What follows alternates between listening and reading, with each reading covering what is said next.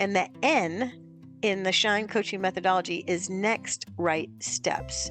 So I think a lot of people set these like really daunting goals, like I'm going to go finish my college degree. And it's like, but I got 2 kids and a job and a husband or whatever their stuff is. And it seems so big to finish college. But what I find is to get rid of that doubt, that fear, the overwhelming part of transition is to just go, what's the one thing that I could do, the next right step? You're listening to the Woman of Value podcast. You are about to hear the story of a woman who is following her dreams and passions and creating positive change in the world. My guest today is Nicole Greer. She is the principal coach and CEO of Vibrant Coaching. She helps individuals, corporations, government entities, and nonprofits define and fulfill their mission, work better in teams, and exemplify excellent leadership. For the past 20 years, she has worked as a coach, a marketing director, master of first impressions, and sales trainer in many facets of business. She's a trainer, a speaker, a facilitator, a life and business coach, and she's here today to talk about how she built a vibrant culture. Welcome to the show, Nicole. Oh, I'm so glad to be here. Thank you for having me. It's a privilege. We always start with, what does woman of value mean to you? Yeah, so I think a woman of value is one who's found her purpose, and knows what her mission in life is. I think a lot of us, if we're unaware, we just kind of move through life and life unfolds. But I really believe that people have serious potential. They have unique abilities. And when I think about the world, there's a lot of issues out there in this world of ours. And I think it's because people have not tapped into what their unique abilities are and that mission or purpose. And when you do, you're operating at a very high level. You're working in your potential, and that brings great value to your own life, the people around you, and then I think ultimately the condition of our world, Absolutely. I love that. Talk about that moment or moments when you discovered your own value. You help all these people discover their purpose and their mission, but how did you get here? That's a great question. Yeah. So, right out of high school, I needed to go to work to, put a roof over my own head, to feed myself, put clothes on my body. And so, like most people, I went and got a job, and I went into the restaurant business. The restaurant business was very good to a very energetic young gal. And really, during the time there, they looked at the work that I was doing. I worked for a company called Bill Knapp's, and then for Applebee's for many years. And they said, she's really good with people. Like people started to tell me that I was good with people, and I was like, oh, okay. So I started doing training. I got into management right there in the middle of the Applebee's. I got recruited out of there by a woman named Nancy Freeman. And Nancy Freeman invited me to come be in this business I had never really thought of, which was property management. And the very same thing happened to me. I got recruited, I got into a sales position, and then they said, she's really good with people, So I think that's really when I started to realize this concept of unique ability. Some people just are very masterful at like getting along with others and encouraging them and motivating them to do more. And I think I just really got blessed when I popped on the planet with this enthusiasm for life, this enthusiasm for things. And so I really think that is the value that I bring. And for many years I worked in property management. It was such a good business to be in. I enjoyed it so much. I traveled, and eventually I became like the fix girl. They'd be like, this property's a mess, go over there and clean it up and fix it up and hire people and get the place filled up with people. And I said, okay. And so I went to Florida, I went to Durham, North Carolina, Maryland, all sorts of places on the East Coast. And again, it was just the ability to, kind of woo people. I'm not sure if people that are listening have ever heard of this thing, Strengths Finders. It's one of the tools I have in my toolbox. And one of my top strengths is woo, winning others over. And so I I didn't know what it was until I took the strengths finders, but I've been using it my whole life, and eventually started my own business, became entrepreneurial, and now I really win others over to the ideas of being a great leader.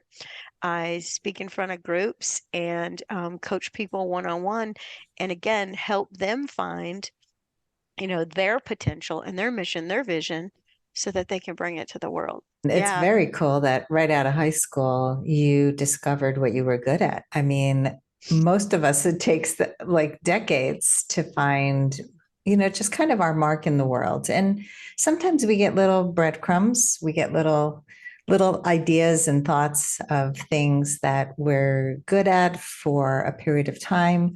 I know for myself, I was a working artist in many different forms. oh, And beautiful.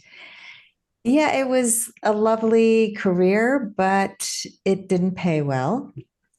I didn't really know how to make it pay well without feeling like I was just, I don't know. I just felt like dollars for hours wasn't working for me for sure. Right. And I did make prints and sold things, but it just always felt like I was hawking my wares as opposed to coaching, which is learn a skill, a bunch of skills, and then help Hmm. other people. And the results were just so much further reaching than with art. And I think, for me, that's where I stepped into, I want to make an impact and I want to really help others do, kind of what you're talking about to help people realize their full potential. Because I totally underplayed my full potential for so much of my life. So I'm Mm. curious what you find, when you're working with people, what are some of the things that you're finding that they struggle with the most? People struggle with transition a lot, so I love your story because you said I had that moment where I'm like, oh, I got to transition. And I think that there's a lot of fear for people in that transition, and they think that it's like it's going to start and stop. And I think what people really need to realize is that if you want to transition, you want to live somewhere different, you want to have a different career trajectory, you want to learn a skill, it's not an on and off thing. It's like I have a philosophy and a little coaching methodology of my own, and it's called SHINE. And it's a little acronym I put together after many years of coaching. I'm like, this is how I see coaching. So I put together SHINE, and the N in the SHINE coaching methodology is next right steps. So I think a lot of people set these like really daunting goals, like I'm going to go finish my college degree. And it's like, but I got two kids and a job and a husband or whatever their stuff is. And it seems so big to finish college. But what I find is to get rid of that doubt, that fear, the overwhelming part of transition is to just go, what's the one thing that I could do, the next right step, just one little baby step or one leap that would move me towards that thing that I really want to achieve. So, I think the number one thing I see people struggle with is really transition and how to go about it. So I think next right steps is how you need to have your mind set up. Yeah, I really like that. I think people tend to want the all or nothing approach. And, Hmm. it's got to be, I've got to know everything, all the steps. And that's been so helpful when I work with clients also, is breaking it down into Yes. manageable, doable pieces. And also, we have much less chance of failure and slipping or you're not sticking to a plan when we break it down. I remember my son used to have these huge goals, like I'm going to lose all this weight and I'm going to get into this exercise plan and I'm going to run 20 miles a day, like from nothing to 20 miles a day. And he'd Right. burn himself out. Like it was ridiculous. He'd be in pain and then he'd stop running and then he'd gain weight. This is what people do.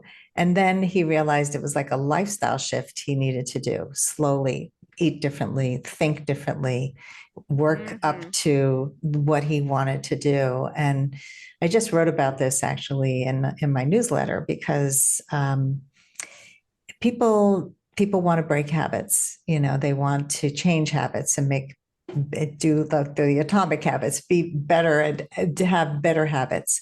And to change a habit, it's the similar process. It's getting those next right steps. What do you want to replace it with? So I'm curious what your SHINE stands for. We know what the N is. What is the S? The S stands for self-assessment. And I think that's another daunting place for people is, it's almost like a lot of times in our culture, maybe the way we were raised, like when I was growing up, my father would say a lot of things about how I was a child. Like you're a child. This is what children do. Like he kept telling me how I was little and I should be quiet and all that. And he meant well, and I have very good manners now, so that was helpful. But you as an adult, you do need to stop and look in the mirror and not be selfish, but be self-aware and understand, okay, how am I hardwired? So again, like taking that strengths finders or any of the other bazillion assessments that are out there, it's a good way to look in the mirror and say, what is my deal? Okay, I have a really powerful question. I love this question so much. I picked it up on the second time I went through a coaching program. I do one about every 10 years because truthfully, I love school.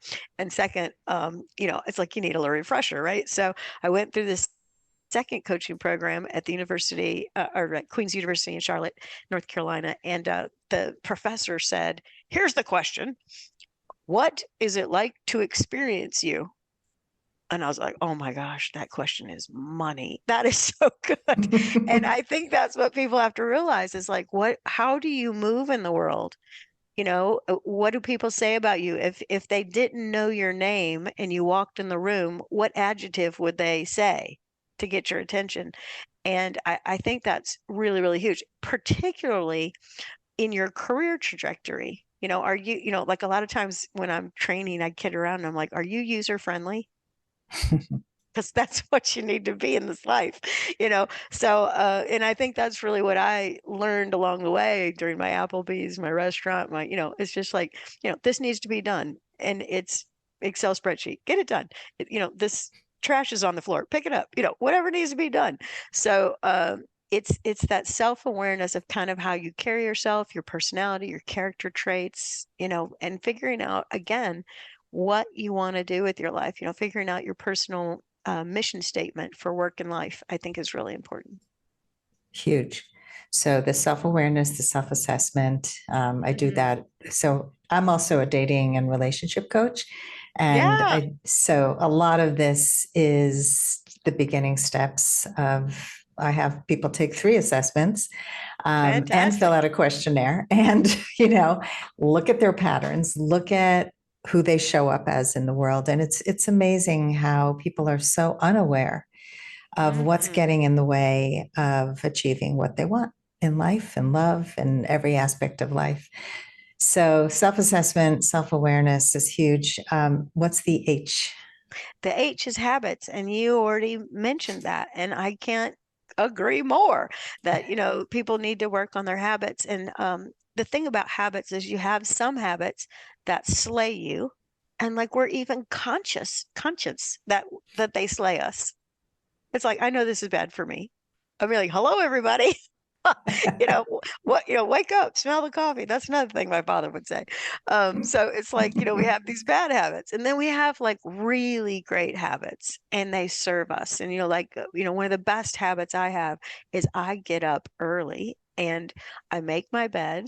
I don't leave a mess in my wake and I ease into my day because I have plenty of time and I sit quietly. I drink a cup of coffee with the right creamer and the stuff. And I'm just moving into the day like emotionally intelligent because I've taken care of myself. I'm not hijacked by my lizard brain or my amygdala back here because everything went wrong because I didn't prepare. And I think that also going back to self-assessment, self-awareness is, that makes you user friendly because people come in a rush and they're all crazy and in a tizzy. That's what my grandma would say. Don't be in a tizzy. And just moving into your day in a beautiful way. So I think habits are huge. Habits are so huge, and I think you and I have the exact same morning. Oh, that's It's wonderful. so funny. I definitely get up early. I set my coffee to go off at 5:30, and Yes. it's so nice to have coffee, the smell of coffee as I'm getting out of bed Hmm. and drinking the coffee with quiet. I love I love it.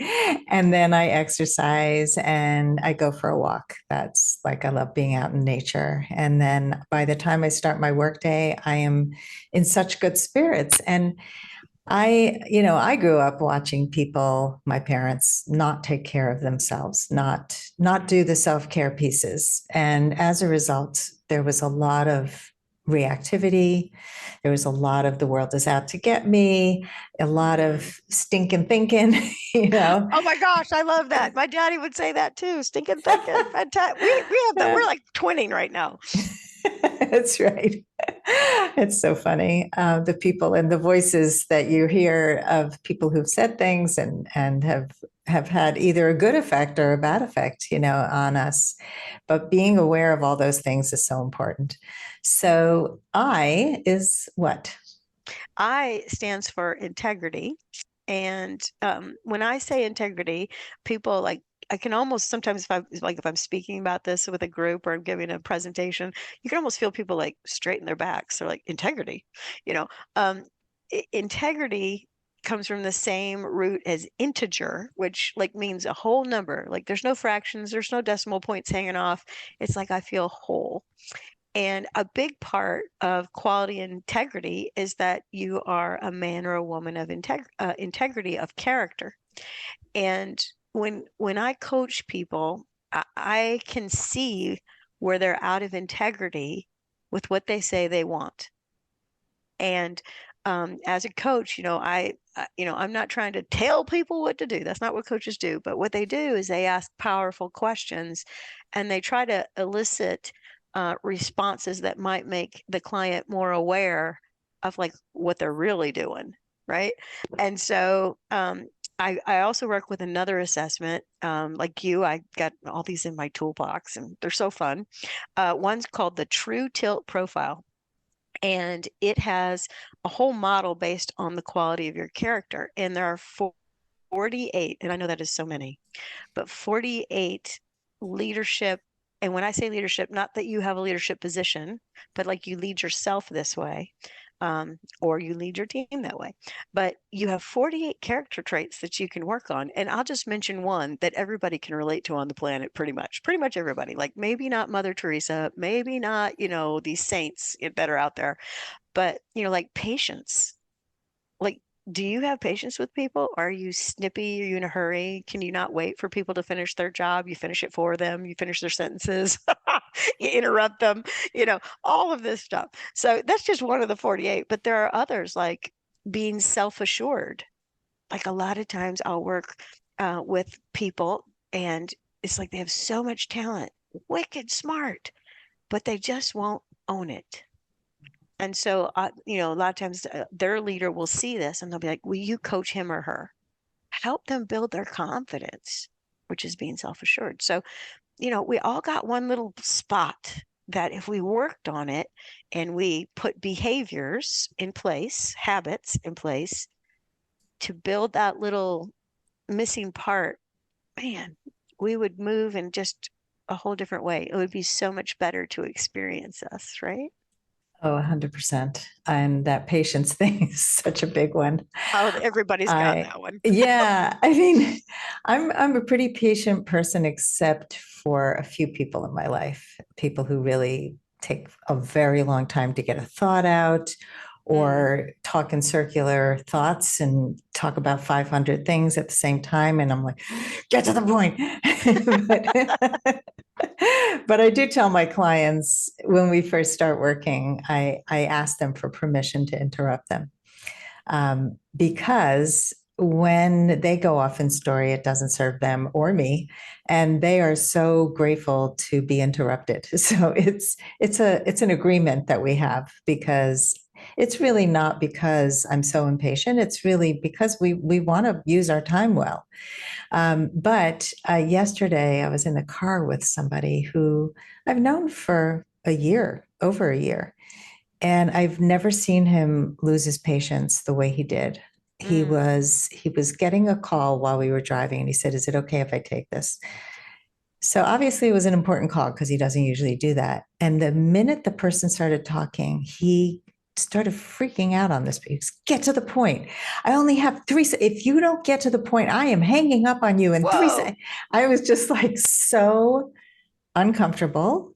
Um, saw him in a totally different light. I've never seen him so unkind. Also, it's not just a lack of Yeah, patience. This is a stranger that you don't know. It was a salesperson, but it was an important call for him. And it was just like, you got to be nice to people and you got to, okay, you don't have a lot of time, but don't do that. So it's important to work on those things because it pushes people away. 100%. Yeah. There's a little book by Liz Wiseman. Well, it's not little, it's a big fat book actually. It's about an inch and a half thick actually.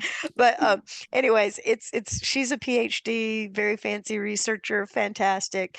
And her book's called Multipliers. And I'll just tell you the gist of this whole inch and a half thick book is really good. She's like, when some people walk in the room, they multiply the outcome, and when some people walk in the room, they diminish the outcome.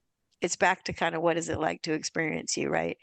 And I just see it everywhere I go. Sometimes I'll sit in on a meeting when I'm working with a team, a corporate group or something, and like in like less than a minute, which one is the diminisher, and Yep. that's the person that really could benefit from moving through the S, the H, the I, know, just it and I think coaching helps people do this thing, remove their blind spot. I bet you've been very instrumental in helping your clients like go, "Oh, really?" And you're like, "Mm-hmm."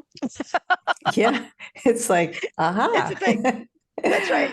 Yeah, no, that's an interesting way to look at it. The multipliers, Oh, isn't it diminish or good? multiply. Yeah, I like that a lot.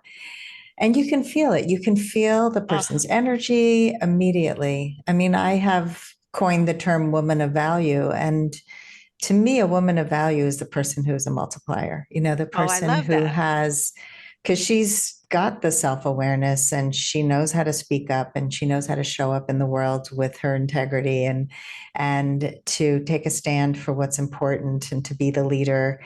I think that a lot of us don't realize that we have leadership qualities, or we haven't Hmm. stepped into them yet. I know for me, I never saw myself as a leader until I was a few years into coaching. And one of my coaches said, "Well, yeah, you're a natural leader." And I was like, "Well, huh? That makes no sense. That's not how I ever saw myself." But that's the beauty of coaching. That is exactly right.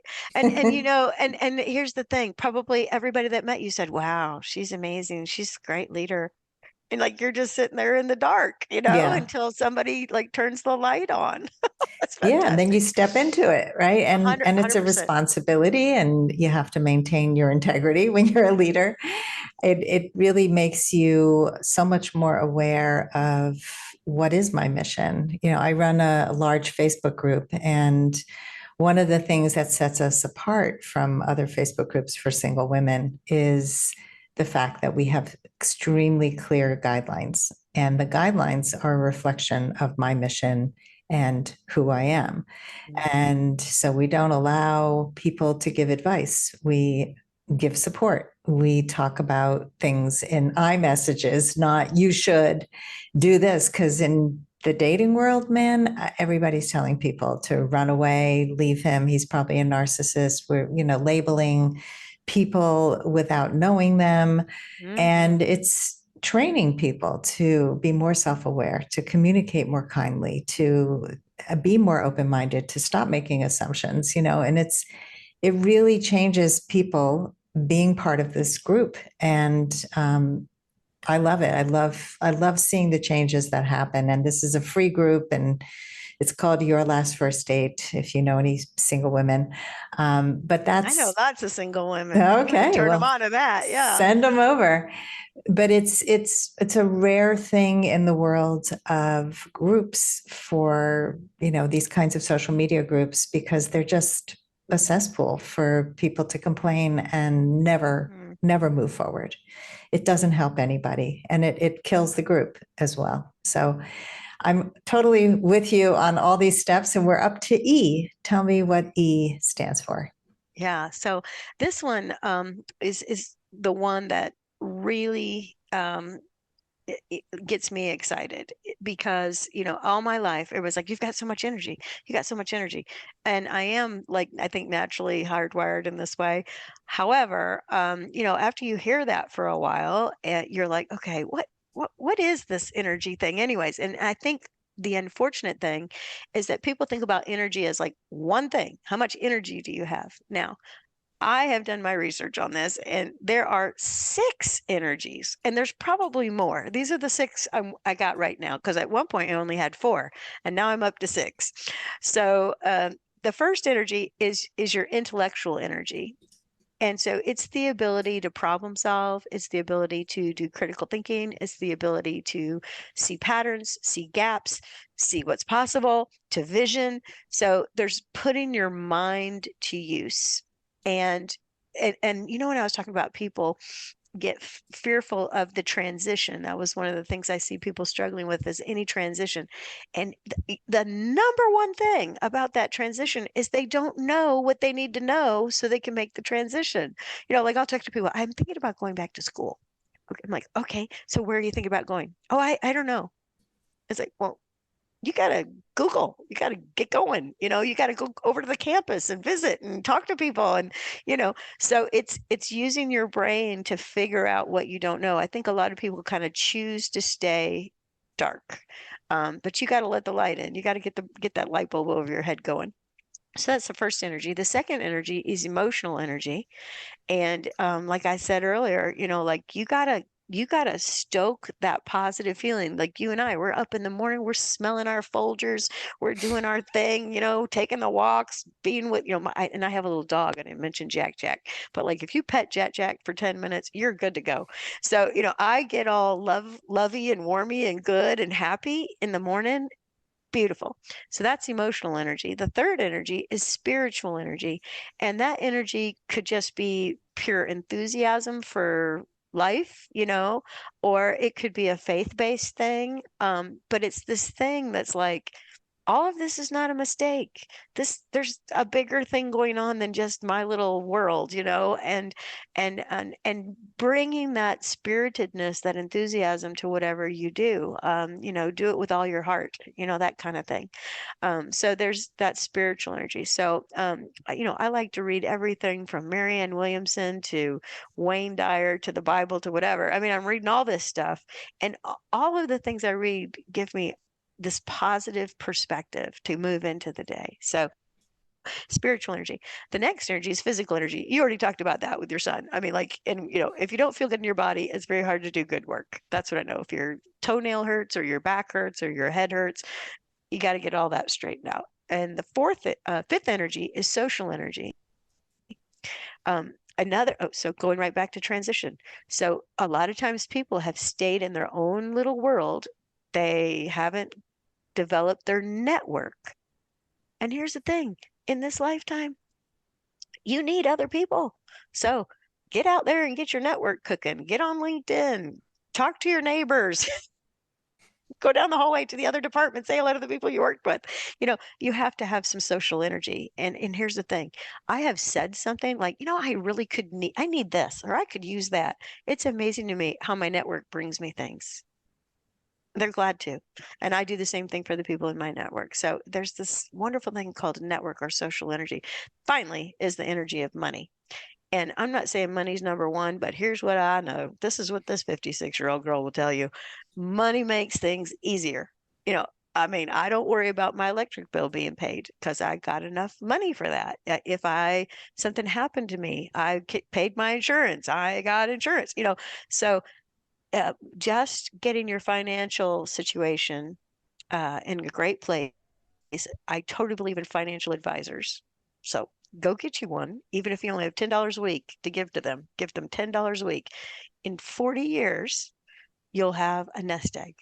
If you have ever played small to make other people feel comfortable, or maybe stayed in a bad relationship or job too long because you didn't think you could do any better, I wrote a book for you. It's called Becoming a Woman of Value: How to Thrive in Life and Love. Each of the 30 chapters contains a life lesson, a story, and an exercise to bring you closer to reaching your full potential. Becoming a Woman of Value is available on Amazon in paperback and Kindle. All of these are so integral to living your best life. I mean, I mean, I remember when I got divorced, just discovering everything for the first time, really, because I bought a house. yeah. I knew I had to manage the money I had, which wasn't a huge amount of money. It was just a divorce settlement. I had no job, really. I was working a million jobs while I was getting certified as a coach. And I hired a financial advisor because my husband just played it safe. You know, he would do money markets and CDs and never really looked into how can we make our money really grow. Mm. And just having a sense of agency over all these parts of your life gives you a sense of peace of mind. And people live with so much stress, and it's so unnecessary for the most part. I mean, very few people really need to be worrying about things in the way that they are. Oh, I couldn't agree more. And you need to pass this stuff forward too, So a lot of times, I was telling a story last night. I was with a group, and I was telling them, here's the thing. You have a block. If you have a block in your life, you got to remove it. You can't keep going, oh, there's this thing in the way. There's this thing in the way. And there was a young man that I was working with out in California, and it was for leadership development. Well, every single time this kid was in my, and I can call him a kid because he's like my kid's age anyway. So he's in this meeting, and he's like, well, they need to pay us more, and our bonus structure needs, to represent how much money we earn. And he might be right about all that. However, he's always talking about money. So long story short, on a lunch, I sat with them, it's, half mom, half coach. I'm like, what's up with your money situation? And he was just like, what do you mean? And I was like, you talk about money constantly, and you're kind of throwing the company under the bus, talking about money all the time. What's your deal? And turns out he's $50,000 in credit card debt. Ooh, And be and so I said, you need to work on that. It's gonna change everything in your life. Turns out he has a wife, he has a little baby girl. He got Dave Ramsey's book. Do you know the name of Dave Ramsey's book? no, Money Matters. Ah, sounds help me. good. Anyway, look it up, everybody. Dave Ramsey Money Book. It'll come right up. So, and he's got a podcast and the whole shot. But he started working Dave Ramsey's formula, and he got that $50,000 paid off. And so I'm like, so how's that feel? And he's like, I am a different man. Like it Hmm. can have such a shape shifting, result, right? It's just like when you're helping people go on their first last date. It's like, oh my gosh, I figured out who I wanted. I'm not settling. I've got proper boundaries. And then look, the guy shows up, or the gal shows up, or however it all works. I mean, you Yeah, can't get what you want if you don't declare what it is. exactly. Exactly. Well, that's a great story. And it's very familiar to me. I mean, I I know bet. people, I've dated a guy once who told me he was $30,000 in credit card debt. And I told him it did not feel safe to me. Unless he was doing something about it, I wasn't going to date him. And he was like, yeah, I'm going to pay it down. And then he never paid it down. And I found him a financial person to talk to about it. It took him like another 3 weeks to contact this person. And I was just like, I'm done. It was a global issue. It wasn't just, I'm not dealing with this. I'm also not dealing with my broken car, and I'm not dealing with my past. And so it's just such an important thing to not be unconscious about these things in our lives. Hmm. That, So, that's exactly Nicole, right. yeah, take us to the present. What is happening in your company now? Yeah, so lots of great things are happening in my company right now. I am doing a ton of training, and one of the things that's shaping and shifting is I'm doing more um, complete, like almost putting universities in place inside of organizations, which is so fantastic. So, um, you know, a lot of times I get a phone call. We need to do team building, like it's in the budget. We've got this line item and we need somebody to come and do something. And I love that phone call because I go and I help them and I get them started on the train to learning, right? Because people need that intellectual energy to be stoked in their work. You just do the same thing, you're doing the same stuff. You need a little break in your world to think about things differently. But what I'm doing now is I'm helping people actually move through a series of things that help them really become talented leaders. And sometimes I do this with people individually. I had a young gal who was going to get promoted to the chief human resource officer, and she had been one of these gals that, of great value. She was very user friendly. She got stuff done, great integrity, and she was working, working, and but she had never had a formal leadership development process. And so, I went through it. So I do things called the Vibrant Coaching Toolbox, like how to coach others. I give them like a little mini course on coaching. We do emotional intelligence, we do change management, we do a little bit of project management and conflict awareness, leadership skills, and here, this is so important, the difference between leadership, management, coaching, and mentoring. There's a lot of differences there. And then, of course, she was an HR person. I've got a lot of HR background. We put together like a strategic plan for her to move into the position. Not to run the department yet, but here's how you're going to approach when you get this promotion because the other gal was retiring. So I'm loving working with people over an extended period of time instead of just a one-off. And so I've been pretty successful at moving the business that way. So it's exciting because I really Yeah. get that way we get some change. Yeah, that's comprehensive. And I'm a big believer in not doing a band-aid Right. approach, right? It's not going to work. And I used to do these one-off sessions and help people for very short term. And it won't stick unless you really do a comprehensive program with people. So I love that. So what's in the future for you? Yeah, so what's in the future for me is I am building my company to the point where I'm going to start, not being a solopreneur anymore, which is really exciting. There's I'll tell you another book that's out there called The Tipping Point by Matt. Help me. Malcolm Gladwell. There you go. Thank you for helping me. Yes. And so, which is a great book. It's old now. It's maybe 10 or 12, 15. I don't know how old it is. But anyways, it's all research too. And he says, people really start getting their groove on when they hit 15,000 hours. And I'm like, I think I hit 15,000 hours because it's like all of a sudden I'm busy, but like in the greatest way. So I have a young lady, her name is Adalia, and she's a native Spanish speaker. And so we're putting together many of my programs, and she's helping me translate it into Spanish. And we're working with a lot of folks who are Spanish speakers. So that's exciting. And then I met this gentleman, his name is Earl, and he was one of my clients in a classroom, and we just like hit it off. Like we both did the restaurant business, all this kind of stuff. Both lived in Detroit, Michigan for a while. Love music and all this. And so he's going to be doing some training for me, and I'm just loving the fact that I'm you know increasing my social energy inside of my company. I've had one woman alongside me for way over 10 years, and she's my right hand woman, and she is a woman of great value. OMG, so amazing in my life. But I'm starting to branch out and be able to grow past myself. So that's the most exciting thing I'm doing. Very Scaling. exciting. Yeah, scaling your business. That's where Yeah, it's at for sure. absolutely.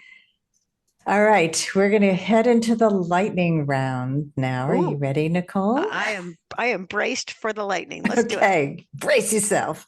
Here we go. All right, fill in the blank. I used to think I wasn't blank enough. smart enough. So many of us, right? It's just Hmm. ridiculous. What was the number one thing holding you back from becoming a woman of value? I would say recognizing that I was a woman of value. I mean, I was a big people pleaser instead of a go get it done person. We're trained to be people pleasers. It's the worst. It really is. It is. It is. I think it is it's definitely generational for my group. I just barely made it out of the boomers. I'm a Gen X, but like by 1 year, and it depends on which, marketing thing you're looking at. But like really, you know, cleaning up after everybody, making sure everybody else is okay before you're okay, which I do love that. But there's a point in time where you say, no, no, I'm going to do this for me, and y'all can make a peanut butter and jelly sandwich. It'll be fine. That's right. Well, I think it's true for every generation because my kids are, what are they, millennials? Yeah, mine too. Yeah, and they're people pleasers. I mean, it's the nature that they are not taking care of their needs first, or they're not even sure what their rights are as humans. And I think that just knowing I have a right to take care of myself, I have a right to not be other conscious, other focused before I am self focused, because the first step is really getting up in the morning and taking care of you and making sure you're okay.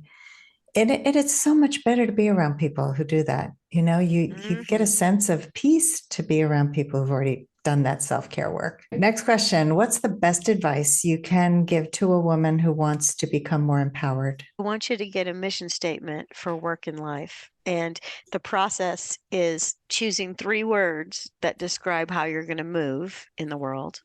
And you're already doing it. So it's not work. It's just recognition, self-awareness, right? Self-assessment. The other thing you'll do is you'll figure out who am I supposed to impact in this lifetime. You've got a purpose, so who are you going to impact, right? So 3 ways that you're going to move, who you're going to impact, and then figuring out what your personal core value or values are. My whole life, I have been a student. Like I lined up my Barbie dolls and the teddy bears and all the stuff and taught them how to read and write. And I love to read books and all the stuff. And so, one of my core values is professional development. So therefore, I'm a coach, I'm a trainer. I'm all about people developing their potential. So figuring that out, you're like, okay, now I know what to say yes to, and now I know what to say no to. People really struggle with decisions, and when you have Hmm. these things figured out, you trust your decisions, you trust your yeses and nos. I love it. What advice would you give to your younger self? Work on your career and then work on who you're going to spend the rest of your life with. And I've been married for 32 years and I got lucky. I got blessed. I mean, the guy is great. He has a wonderful attitude towards life. He's managing his energies really well. But in this day and age, you can wait a long time to have babies. And here's what I know back to the financial energy.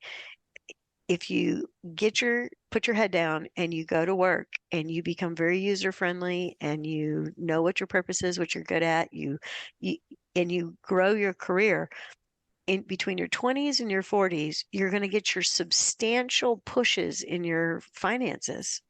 And you don't, and I put a break on mine for about 8 years and then had to come back and reestablish a level of financial earning. And in retrospect, I wish I had pushed that all the way along because there's this, again, back to money and understanding and intellectual energy. There's compounding going on. The more money you make, the sooner in your career you make it, it compounds. So that 4% raise, the 7% raise, it's a bad year, a 1% raise. If the next year it's a great year, 10% raise. It's all going to compound on whatever your baseline career number is. And to not be sheepish, ashamed, worried about asking for what you're worth. Do your homework. Back in the day, I didn't know what anybody made, but now you can go out to this thing called Glassdoor. And I know I'm being very literal about value, but there's a lot there. Like I'm a great gal and I am a woman of character and I know what I'm supposed to be doing with life. and I've been educated, and I deserve to be paid. I mean, those are all we're ticking all the boxes on value. And now Mm, you go out to Glassdoor and you can find out, well, how much does this position pay? And get real data points, which we didn't have that back in the day. It's like no. if your girlfriend didn't tell you what she was making, you didn't know what you didn't know if you're getting paid enough. Now you don't have to have your girlfriend's opinion. Yeah, that's important. It's I so just, important. oh my God, my daughter, my oldest daughter just started a new side business. So she's mostly been at home with the kids. And Wonderful. yeah, which is a really important job. And she's very Absolutely. creative. She's done a lot of creative things. And now she's doing calligraphy. And she was just hired to do 2 custom pieces. And I said, Mm. what are you going to charge? Now, I used to do calligraphy and I got paid pretty well. She said, I don't know. I've worked really hard. I spent a lot of hours, but it's the first thing I've ever sold. So I'm thinking, I don't know, maybe $100. And I said, that's the lowest number you should be charging. And she goes, really? I'm like, your time, the amount of energy you put in, the training that you have, the fact that you've been practicing this for 6 months, the fact that you are been doing art your entire life. I mean, it's, Hmm. how do you put a value on that? But 100, she was feeling bad about that. And so, I get it. And I'm trying to teach this to my children, charge what you're worth and do what you love. And the apple doesn't fall far from the tree because the minute you said she's doing calligraphy, I'm like, she's just like her mom. Right. My kids are all creative. Their father is a puppeteer and a comedian. And so, Oh my goodness. yeah, my kids all have the genes from both sides. Yeah, they are not lawyers, doctors, or accountants. None of them. There's no Well, that's surprise there. okay. Yeah. Yes, but you have to be a little more savvy if you're working for yourself and you want to make money. How do you run a business? So nobody Yeah. ever guided me. Even after coaching school, it's like, oh, you learned how to be a coach, but how do you run a business? That's right. The business Yeah, acumen is huge. it's huge. It's so important, and that's how we get our value. It's just, yeah, it's critical. Nicole, next question. What is something that people get wrong about you? I've been talking about my energy this whole time and my enthusiasm. Sometimes people think I'm crazy, but it's not crazy. Actually, I mean, I think if people brought, kind of like a unbridled enthusiasm to things, we would shift things. And I think what's at play there is, you know, I I don't change who I am. I mean, I self-manage, like if the room is quiet and something wrong just happened, I'm not in there, everything will be okay, but I am going to bring an energy to it that's like, okay, that happened. What are we going to do about it? What's our next right step? What happened? Ask powerful questions, do a lot of listening, all the good stuff that we can do. But but I'm not going to wallow in what just happened. I'm going to try to get us to higher ground as soon as possible. And so I think sometimes people have this enthusiasm and they have that energy, but like they tamp it down. Um, and it's like an ego thing. Like there's a fear of being judged. Um, you know, I'm not fearful of you judging me because I think the longer you hang out with me, you're going to realize, no, that's really how she is. I mean, this is not crazy. This is the juju she's putting out in the world. So sometimes people will say you're crazy. Sometimes people, and some people have the opposite thing. Like they have that a face that rests and looks like they're angry, you know, and it's like they're not angry. They're just that's just how they are, So I think um crazy, but I'm not crazy. I'm just really excited about everything. So you have a resting, energetic face. That's right. Big smile. Yeah. And Right. my dad was in retail and he took me to work with him many years. And he would nudge me and I would go to work with him on Saturdays because back then we didn't have like babysitters. And so he'd take me to work and he'd be like, give me this elbow thing. And he'd be like, smile. And I'd be like, and the truth of the matter is like smiles and greetings and warmth, it works. It's It good. does work. It's Mhm. much better than the than the alternative. 100%. Well, finally, Nicole, how would you like to be remembered? I would like to be remembered as a resource. If I can help anybody that's listening, I'd be delighted to be a resource for you. Also, I'd like to be remembered that, like, this thing of moving in the world and shining, being a vibrant person, it can really pay dividends. You can drop kind of whatever this other persona you're bringing to the world, and you can flip the switch and you can get what I call lit from within. I make a joke like, let's all get lit. And people are like, what bar should I meet you at? And I'm not talking about that. Although I do like a glass of red wine, I must admit. But, I'm talking about like finding your purpose, figuring out what you want to do with your life, and come on, let's do it. Yeah, let's do it. Yes, I 100%. love it. It's great energy and it's a great message. Nicole, tell our audience what your website link is so they can find you, and I'll put all the other links in the show notes. Fantastic. Just simply go to www.buildavibrantculture.com. Well, Nicole, thank you so much for coming on the show today. I certainly feel energized and Good. Me too. smarter. Me I too. think that the principles you teach are just so important, and building that vibrant life, the life that's aligned with who you really are underneath, because so few of us really get there. And it's such a beautiful mission that you have to help people find theirs. And so thank you so much for coming on the show. Yeah, it's been my pleasure. I had a ball. Thank you so much, Sandy. And thanks everybody for listening today. If you love our show, please give us a great rating on Apple Podcasts and be a woman of value. Have a great day.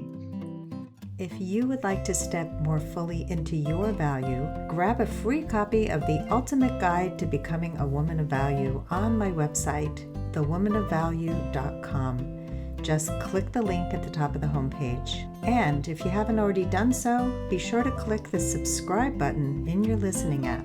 And if there's something in this episode that inspired you, please share it with others, because the more we share these inspirational stories, the more women of value we will have in this world. I'll see you next time.